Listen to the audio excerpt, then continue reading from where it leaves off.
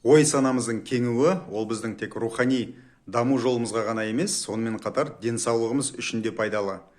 Мысал алғанда көбіміздің балаларымыз бар. Ол бала болғаннан кейін міндетті түрде бізді тыңдау керек деп жатамыз, иә.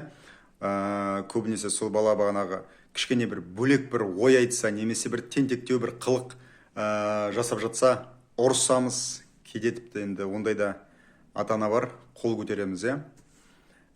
Біз сол баламызбен тұлға ретінде қашан соңғы рет сөйлестік? Жалпы тұлға ретінде біз қараймыз ба сол баламызға? Қаншалықты біз өзіміздің наным сенімдерімізді сол балаларымызға да айтып жатамыз? Сол сияқты. Сосын мына осы көп қазақ бауырларымызда сондай бір шектеу догма бар. Мысалы көрші еліміздің ұлтын жақтырмайды, ақ құлақ деп жатады. Мен осы видеоларымда орысша бағанағы кейбір видеоларым бар. Соның астына жазғандар бар. Ақ құлақтың тілінде сөйлеме, тек қазақ бол деген сияқты. Сол сияқты мен айыптап отырған жоқпын, жалпы мысал ретінде айтып отырмын. Мысалы сол қазақпын деп осы көкірегін ұратын адамдардан, көбіне сол жігіттерден сұрасаң, жалпы сол қазақ деген не нәрсе? Қазақ деген сөз жалпы қайдан шыққан сөз? Енді кейбір мысалы зерттеулерден бір алынған тұжырым бар. Қазақ деген сөз ол қас, сақ деген сөзден шыққан. Қас деген мынау қас емес, немесе бағана жау деген сөз емес. Қас, яғни нақты, нағыз деген сөз, иә. Сақ ол сақ, енді сақ тайпасы. Немесе сақ ол бағана сондай сақ болыңыз деген сөзден шыққан бар ғой, бағанағы сақтану. Сол сөзден шыққан деп айтылады. Немесе сол адамдан сұрайсың, жалпы не ол қазақ деген? Ол бостандық деген сөзді білдіреді дейді. Қай жері оның бостандық? Қазақ па, қаз, ақ па, немесе басқаша ма? Тағысын тағы. Жалпы сол қазақпын деп төсін соғады да, өзінің бағанағы тарихын дұрыс білмейді, сол сөз қайдан шыққанын білмейді деген сияқты ғой. Мысалы, сол басқа ұлттар, басқа елдер, ол сонысымен қызық, олар басқаша. Мен мысалы көп мемлекеттерде болдым. Сол мемлекеттерге барғанда, солардың тарихын, солардың әдеп ғұрыптарын зерттеп, солармен сөйлескенде өте бір керемет әсер аласың. Өзіңнің бағана елің туралы оларға айтасың, олардың елінің бағанағы бір ерекшеліктерін саған айтқанда сен де бір таңғаласың. Сосын жалпыны Атырау, енді мен өзім Атырауда тұрамын ғой. Атырау бір кішігірім халықаралық бір хаб деген бір орталық. Жалпы менің осы мүмкін 80% жора жолдастарым сол шетелдіктер. Оның ішінде американдықтар бар, ағылшындар бар, шотландстар бар, индустар бар, басқа да басқа.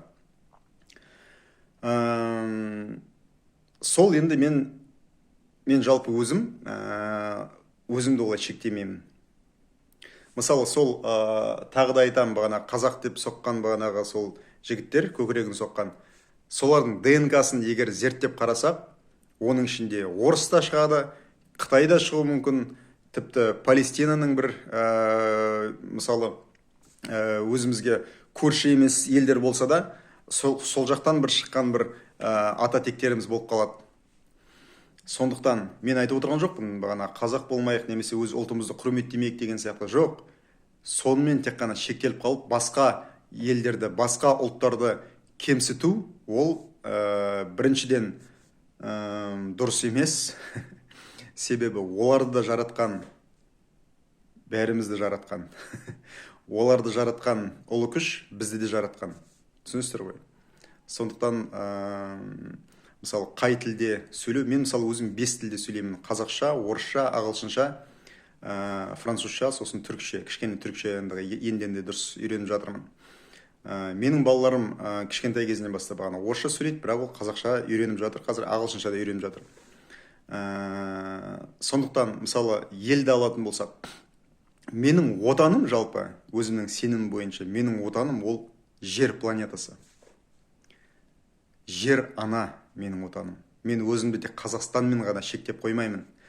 Где родился, там и пригодился деген бар. Яғни қай жерде туылдың, сол жерге бағана өзіңнің еңбегіңді сіңіру керексің. Ол дұрыс нәрсе. Бостан бос, мен мысалы Атырау облысында туған жоқпын. Оның бір себептері бар. Осы Атырау облысын, жалпы Қазақстан мемлекетін мен көркеткім келеді, өзімнің үлесімді қосқым келеді.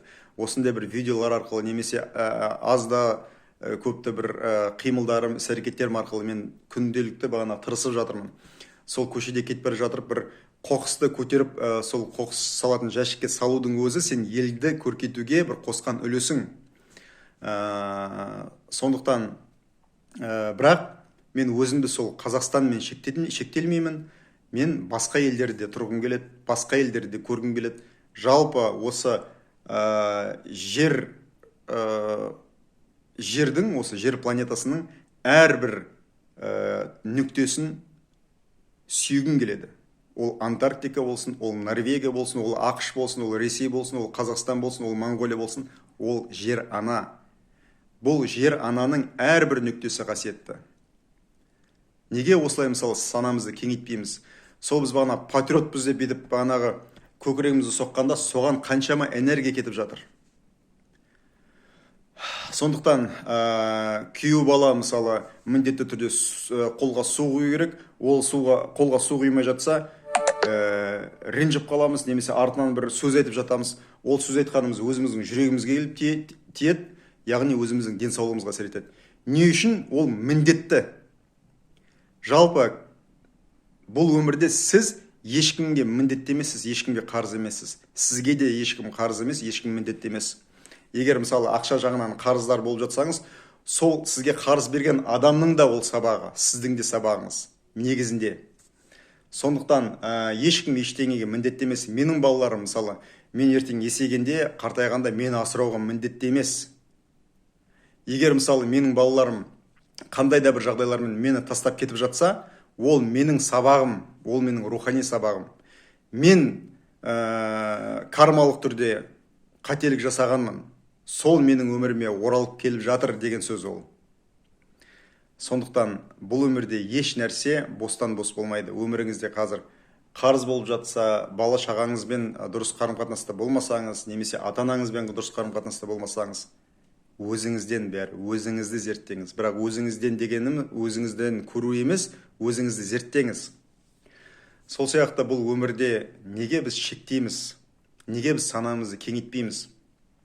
Неге біз сол қазақылық догмада, неге біз сол діни догмада, неге біз сол мысалы осы социумның әртүрлі шектеулеріне шыға алмай жатамыз? Сол догмаларда өзімізді қазып жатырмыз, көміп жатырмыз. Не үшін олай? Қашан біз бос боламыз? Қашан біз өзіміздің өмірімізді сүреміз? Мысалы менің жора жолдастарым көп, бай бақуатты, бағанағы ақшалары бар, кәсіптері өрге домалап жатыр. Оларды көрем инстаграмнан, мысалы 2-3 ай сайын балаларын ертіп алып достарымен бағана шетелдерде, Таиландта, Америкада, басқа жерлерде жүреді. Олар ойбай, сен неге бүйтесің, сен неге сөйтесің деп болса инстаграмдарда немесе фейсбуктарда бір комментарийлер жазбайды. Басқа біреулердің өмірлерін реттеп, түкендеп жатпайды. Себебі олардың өзінің өмірі бар. Олар өзінің өмірімен бақытты. Ал адам өзінің өмірімен бақытты болмағанда, адам сол өзінің бағанағы сол себептеріне, өзінің өміріне үңілгісі келмегенде, өзінің боқтарын, бағанағы былықтарын мойындағысы келмегенде қайтеді? Ол басқа адамдарға жабысады, басқа мемлекеттерге жабысады, басқа бір діндерге жабысады. Міне, сондықтан өзіміздің ішімізді реттейік, тазалайық, әртүрлі догмалардан, шектеулерден шығайық. Қашанғы осы түкке керек емес сасық наным сенімдерге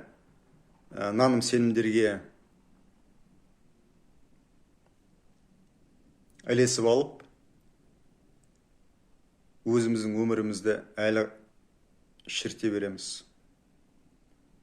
Тоқтатайық, өмірімізге гүл бідірейік, өмірімізді реттейік. Әрбіріміз өзіміздің өмірімізбен айналысайық. Бақытты болыңыздар.